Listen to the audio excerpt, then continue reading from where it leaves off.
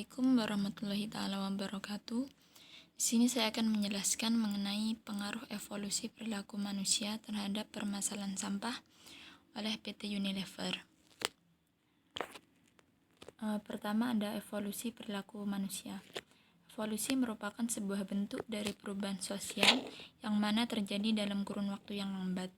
Perubahan ini biasanya terjadi tanpa adanya kehendak tertentu dari masyarakat yang berkaitan. Evolusi ini terjadi karena adanya dorongan dari masyarakat dalam menyesuaikan diri dengan pemenuhan hidup untuk kurun waktu tertentu, seperti yang terjadi pada penanganan permasalahan sampah yang ada di Indonesia ini, yang mana dalam penyelesaiannya tidak membutuhkan waktu yang sebentar. Tidak dapat dipungkiri bahwa kebutuhan kita sebagai manusia akan semakin meningkat seiring dengan perkembangan industri. Sehingga dalam hal ini evolusi manusia yang terjadi pada konteks permasalahan ini perlu adanya kesadaran dari dalam diri masing-masing demi mengontrol laju perkembangan industri dengan berbagai permasalahan yang dibawanya. Oleh karena itu perlu adanya bentuk kolaborasi atau kerjasama antara berbagai pihak sebagai salah satu jalan keluar tercepat dalam menangani berbagai persoalan akibat dari dampak industri ini. Selanjutnya ada permasalahan sampah. Permasalahan sampah bukan lagi hal yang asing di telinga kita. Di Indonesia sendiri, permasalahan ini sangatlah pelik dan membutuhkan waktu yang sangat lama dalam menyelesaikan masalah ini. Berdasarkan data, timbunan sampah pada tahun 2020 telah mencapai hingga 67,8 juta per ton, 67 juta ton per tahun dan telah diperkirakan akan meningkat 5% untuk setiap tahunnya dan diangkut ke TPA. Atau jika tidak, maka akan berserakan kemana-mana, sehingga pada akhirnya akan membuat lingkungan kita kumuh dan tidak sehat.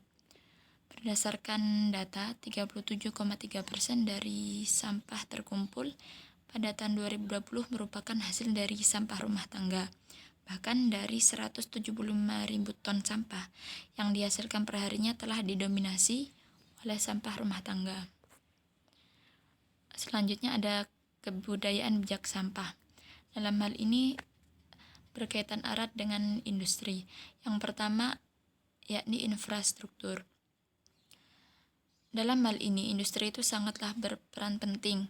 Industri harus menggunakan teknologi yang mendukung untuk pelestarian ekologi dan populasi manusia. Yang kedua, yakni suprastruktur, yakni mencakup berbagai ide, gagasan, atau cara pandang ketika manusia harus berdampingan dengan sampah sebagai konsekuensi dari industri. Yang terakhir, yakni struktur. Organisasi yang menerapkan perilaku bijak sampah sebagai nilai budaya dalam kehidupan sehari-hari. Selanjutnya yakni penjelasan mengenai PT Unilever dalam penanganan permasalahan sampah. PT Unilever merupakan salah satu pemasok terbesar berbagai produk kecantikan dan perawatan tubuh, produk kebersihan rumah tangga, serta produk makanan dan minuman, yang mana produknya telah digunakan lebih dari 2, miliar penduduk untuk setiap harinya di lebih 190 negara. Di Indonesia sendiri, PT Unilever Indonesia telah beroperasi sejak tahun 1933 dan telah go public mulai tahun 1982 dengan saham yang tercatat dan diperdagangkan di Bursa Efek Indonesia. Perusahaan Unilever ini ialah sebagai bukti bahwa perindustrian Indonesia semakin maju, dan tentunya di setiap lajunya perkembangan industri ini telah membawa berbagai dampak tersendiri. Menurut Ulrich Beck, risiko akan selalu ada dan berdampingan dengan masyarakat industri di era modern yang hingga kini terus menunjukkan keberhasilannya dalam memenuhi kebutuhan masyarakat.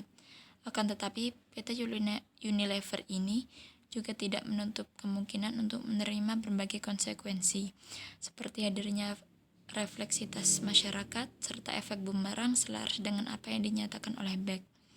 Seperti halnya refleksitas masyarakat yang berlebihan dalam memenuhi kebutuhan hidupnya, yang sebenarnya hal tersebut merupakan sebuah kesia-siaan atau efek bumerang yang diterima oleh PT Unilever itu sendiri dalam menerima berbagai tuntutan dari berbagai pihak ketika ada sesuatu masalah dari produk yang dibuat. Selanjutnya yakni penanganan oleh PT Unilever. Meski harus selalu berdampingan dengan risiko, PT Unilever tetap memiliki komitmen tinggi untuk melaju dan terus maju bersama Indonesia.